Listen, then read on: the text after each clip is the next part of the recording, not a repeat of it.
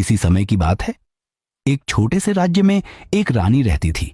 वह बेहद सुंदर, तेजस्वी और दयालु थी, परंतु उसकी जिंदगी दुखों से भरी हुई थी। उसके पति राजा हमेशा युद्धों में व्यस्त रहते थे और रानी को राजमहल में अकेला छोड़ जाते थे। यही बेचैनी रानी को हमेशा सताती रहती थी। एक दिन जंगल में भटकते हुए रानी की मुलाकात एक साधु से हुई। साधु ने केसरिया वस्त्र पहने हुए थे। उसकी दाढ़ी घनी और बाल लंबे थे। उसकी आंखों में एक अजीब सी चमक थी जो लोगों को मोहित कर देती थी। साधु ने रानी को देखकर कहा, देवी, आप बहुत उदास लग रही हैं। मैं आपकी मदद कर सकता हूं।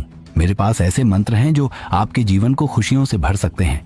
रानी ने विनम्रता से सिर झुकाते हुए कहा, साधु महाराज, मेरी खुशी तो बस मेरे पति के साथ रहने में है, लेकिन वह सदा युद्ध में व्यस्त रहते हैं।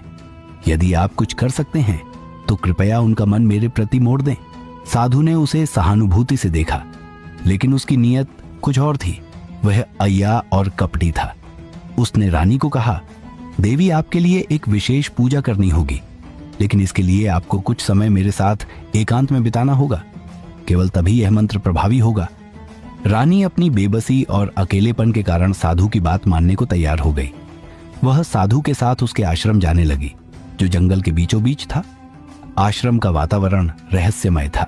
चारों ओर अजीब सी शांति थी जो भयावह लगती थी। साधु ने रानी से कहा, आपको मेरे निर्देशों का पालन करना होगा। यह पूजा कठिन है, लेकिन इसके बाद आपका जीवन बदल जाएगा। रानी ने अपनी आंखों में आंस लिए। उसकी बात मानी। साधु ने रानी को पूजा की शुरुआत के लिए एक गुफा में ले जाया, जहां वातावरण में अगरबत्ती की तीखी गंध और दीपकों की मंद रोशनी फैली हुई थी। उसने रानी से कहा, यह पूजा केवल पूर्ण समर्पण से ही सफल होगी। आपको अपनी सभी इच्छाओं और शंकाओं को त्याग कर मुझे पूर्ण विश्वास से समर्पित होना होगा। तभी देवी आपके पति को आपके पास लौटा सकेंगी। रानी ने विनम्रता से सिर झुकाते हुए कहा, साधु महाराज, मैं अपनी पूरी शक्ति और भक्ति से पूजा करने को तैयार हूं। बस आप मार्गदर्शन करें। साधु की आंखों में छलकता लोभ छुपा न रह सका। उसने रानी को झूठी बातों और जटिल नियमों में उलझाना शुरू कर दिया।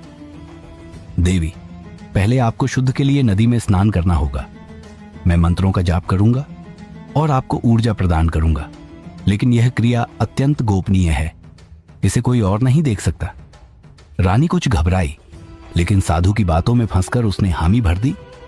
वह नदी की ओर चल पड़ी। साधु ने उसे लगातार भरोसा दिलाया कि यह सब उसकी भलाई के लिए है।